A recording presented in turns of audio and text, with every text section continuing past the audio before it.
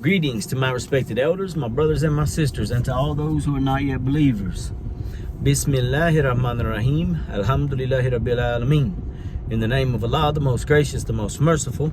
All praises to Allah, the most gracious, the most merciful. We send blessings and peace upon the Prophet Muhammad sallallahu alaihi wasallam and all of his followers until the day of recompense. First and foremost, I would like to thank the most recent donations. It's been a few days since I've named these out, so bear with me, inshallah. May Allah allow me to not butcher the names. Umar J, Saeed A, Muhammad M, Abdul S, Muhammad A, Muhammad F, and Omed F. MashaAllah. Thank each and every one of you for your donations. Every dollar counts to support this Dawah project, inshallah. I've made a couple of contacts with my brother from Africa, mashallah, who's a very good brother, and he is going to be getting into contact with some people to see about easing the burden of the process as far as knowing what to do and where to go to do it, etc. Inshallah. So that is a big time blessing, mashallah. Now, as I was saying, each donation helps, mashallah. Everything you do helps, mashallah. I can't describe adequately just how important it is to me to get a local area masjid going. After consulting a dear brother who gave me some valuable advice, he let me know to not go overboard with as far as trying to find a space, a very large space, etc. To try to do this as modestly as possible, and that way it is sustainable for at least, a year, for at least the first year, inshallah. So that's my goal, inshallah ta'ala, is to find a place that is sustainable, not fancy, but it's something that, can accommodate what we're needing it for dawah, outreach, and resources, and inshallah a place to offer salat and jamaat and do Jummah, inshallah. So that's really the goal. As I've said, countless times, there's nowhere around here to do that, and that makes it very, very difficult. So thank you each and everybody who has helped with this. Please continue to give sadaqah for the sake of Allah subhanahu wa ta'ala as much as you possibly can. May Allah reward you tremendously. Now, main reason I wanted to make this video right now on this wonderful Sunday is because I was reading my book here, mashallah, and I wanted to cover page 31 on this, belief in qadr, which is divine preordainment, the good of it and the bad of it. So this is the sixth pillar of Iman, right?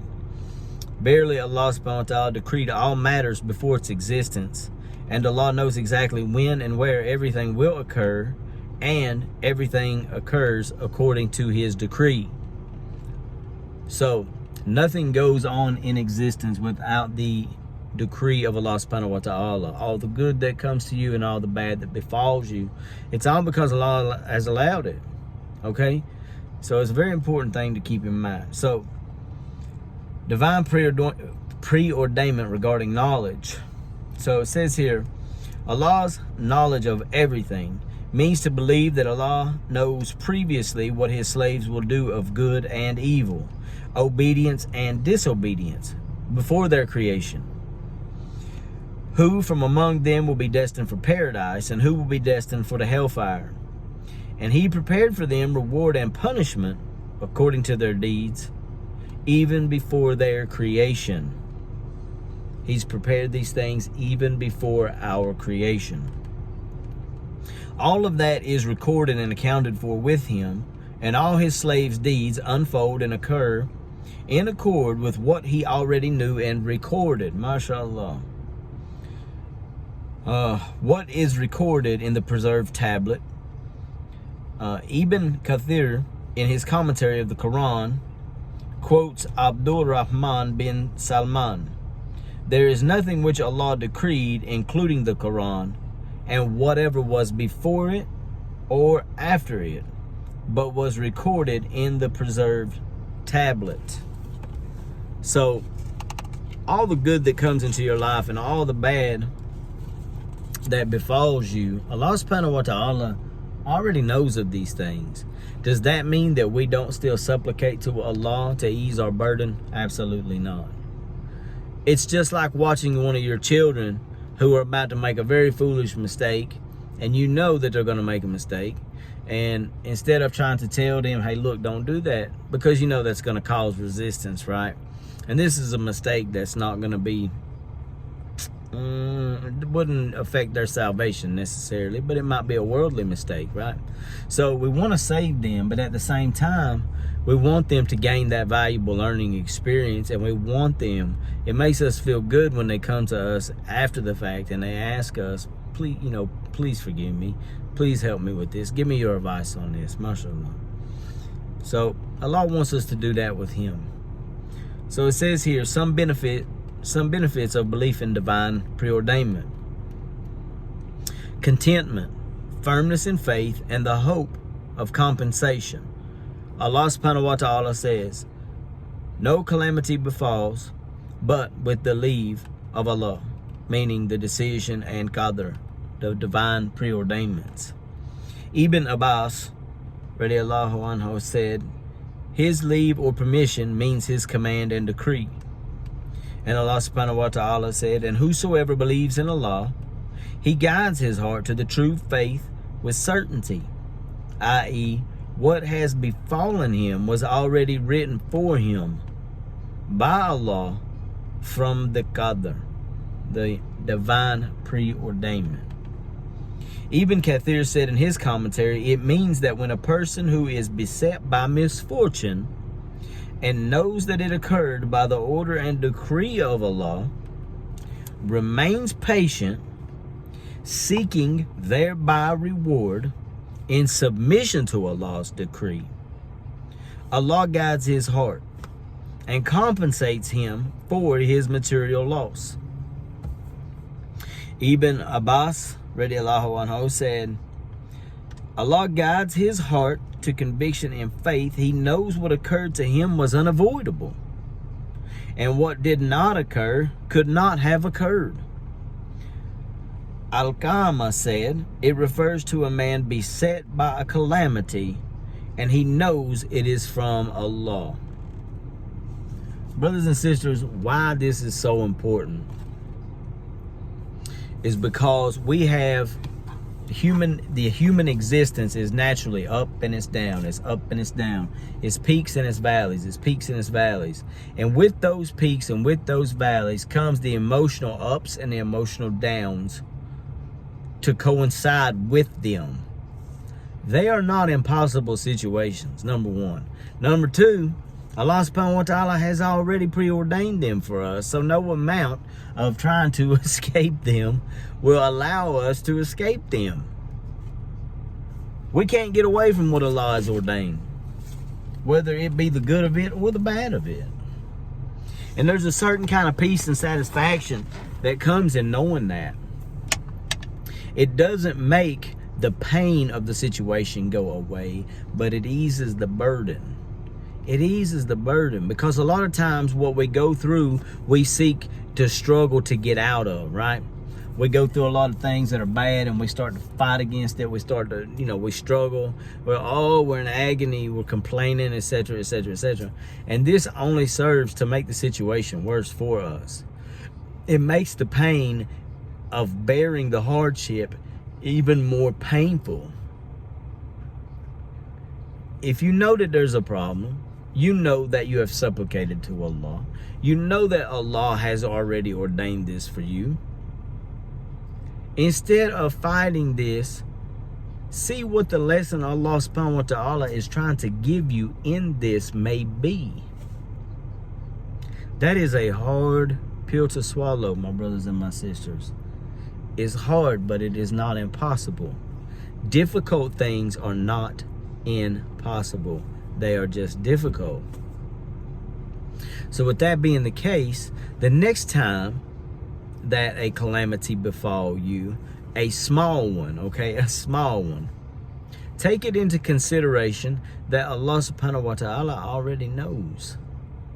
Allah subhanahu wa ta'ala has already ordained this for you, and because He has ordained this for you, you can have some kind of peace and understanding that this is the qadr of Allah. That doesn't mean that if you get diagnosed with cancer that you don't seek treatment, okay? Allah knows that you would be diagnosed, and He knows that you would or would not seek treatment based on your belief, right? But when you accept this calamity, you get, let's say, A'udhu billah, may Allah protect each and every one of you from receiving any kind of news like that, I mean. But when you get this type of situation to happen, you make dua, you supplicate to Allah subhanahu wa ta'ala to rescue you from your burden and from your hardship, to teach you what there is for you to learn in this burden, in this hardship. And then you have peace with it, because you understand that Allah has already decreed it for you. That doesn't mean the reality of the situation changes any. It doesn't mean that it goes away. It doesn't mean that, you know, magically you'll have an evangelist blow on your face and all of a sudden you are healed, okay? A'udhu billah. But what it does mean is that when you have a certain type of submission to the qadr of Allah, the divine preordained will of Allah, you can rest assured that Allah knows and that Allah has preordained this for you. My brothers and my sisters, being a Muslim is not easy. But being a Muslim is an upper level of belief. It's an upper understanding of the will of Allah and submission to it. So whether you may be going through a health crisis or financial crisis, or you don't know whether to switch careers because you are currently doing something that's borderline haram, or not really in the field that you want to be in. You may be going through a marriage crisis. Whatever the case may be, you, number one, you supplicate to Allah. You, number two, you reach out in the proper direction to seek the proper help from your community, your brothers and your sisters, or doctors, or whatever it is that you may need guidance on.